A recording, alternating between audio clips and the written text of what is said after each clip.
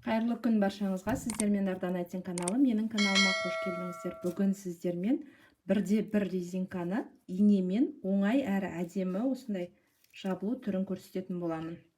Ол үшін осылай инеге ұзынырақ қып жібімізді қалдырамыз да өткізіп аламыз жібімізді. Одан кейін бізде мына жақта теріс болу керек. Теріс оң, теріс оң. Бірде-бір резинка. Енді қараңыздар. Теріс тоқығанымызды сол жақтан оңға қарай өткізем. Инемен тартып шығарамын. Мына жақтағы оң петляның оң жақ стенкасын тауып аламыз. Міне. Бұл өзі көрініп тұрады тоқыған тіккен кездеріңізде. Одан кейін солдың жәнінде оң тұр. Осылай екеуін бірге аяқты сәл тартыңқыраймыз. Екеуін бірге оңнан солға қарай өткіземіз. Осылайынан.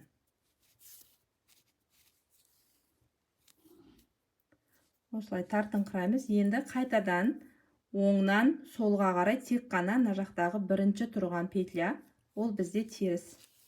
Осыны өткіземіз. Одан кейін осы екі петляны спицеден шығара саламыз. Тек қана 4 қадамнан тұрады. Тағы да бір рет анықтап көрсетейін. Теріс, оң, осы екеуін бірге жауып тастаймыз қазір. Бірінші теріс петляны теріс сол жақтан оңға қарай өткіземіз. Теріс петлядан.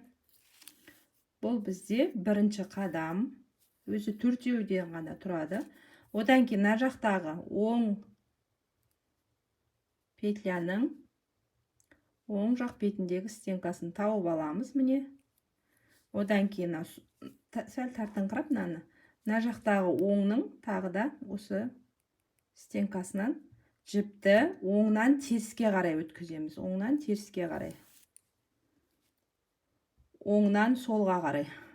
Осылай өткіземіз. Бұл бізде екінші қадам. Тартыңқыраймыз.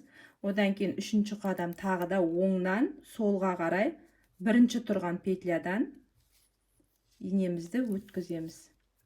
Бұл бізде үшінші қадам.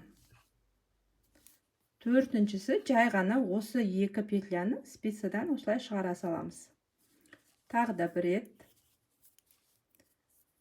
Теріс петлядан инені солдан оңға қарай өткіздік. Одан кейін мына жақтағы оңның оң стенкасын тауып аламыз. Мындай ғой, біреу оң, біреу жақта тұрады. Осының оң жағын тауып алып, міне. Мына жердегі оң петляға өткіземіз. Оңнан солға қарай. Міне, екеуін бірден өткіземіз. Тартамыз. Енді үшінші қадам. Тағы да оңнан солға қарай бір ғана петлядан енді. Алдыңғы бір петлядан. Осылай үшінші қадам. Төртінші қадам жай ғана осы екеуін шығара саламыз. Осындай әдемі, қараңыздаршы, қандай әдемі аккуратно көрінетін жиек пайда болады.